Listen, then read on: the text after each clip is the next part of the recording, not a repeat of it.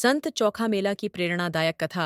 संत चोखा मेला महाराष्ट्र के एक महान भक्त थे जो भगवान विट्ठल विठोबा के अनन्य उपासक थे। वे समाज के उस वर्ग से आते थे जिसे अछूत माना जाता था, लेकिन उनकी भक्ति इतनी प्रबल थी कि स्वयं भगवान ने उनके प्रति प्रेम और करुणा प्रकट की। चोखा मेला बचपन से ही भगवान विट्ठल की भक्ति में लीन रहते थे। वे पंढरपुर के विठोबा मंदिर के बाहर बैठकर भजन कीर्तन किया करते थे, लेकिन समाज उन्हें मंदिर में प्रवेश करने नहीं देता था क्योंकि वे एक निचली जाति से आते थे। इसके बावजूद चोखा मेला का मनोबल नहीं टूटा और वे भगवान की भक्ति में मग्न रहे।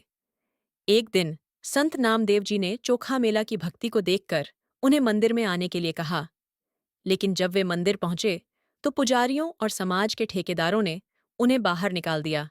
यह देखकर चोखा मेला बहुत दुखी हुए और उन्होंने भगवान विट्ठल से प्रार्थना की, हे प्रभु, क्या आप भी मुझे अछूत मानते हैं? कहा जाता है कि उसी रात भगवान विट्ठल स्वयं प्रकट हुए और चोखा मेला से कहा, तुम मेरे सच्चे भक्त हो, मैं तुम्हारे हृदय में ही निवास करता हूँ।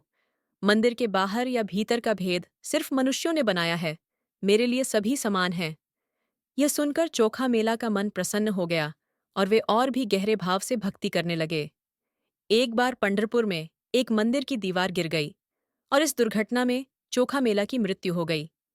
जब लोगों ने मलबे को हटाया तो उन्होंने देखा कि चोखा मेला का शव भगवान विट्ठल के नाम का जाप कर रहा था।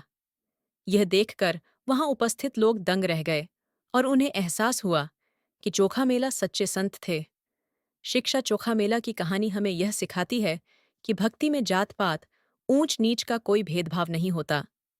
सच्चे भक्त को केवल ईश्वर का प्रेम चाहिए और यदि भक्ति सच्ची हो तो स्वयं भगवान अपने भक्त की रक्षा करते हैं।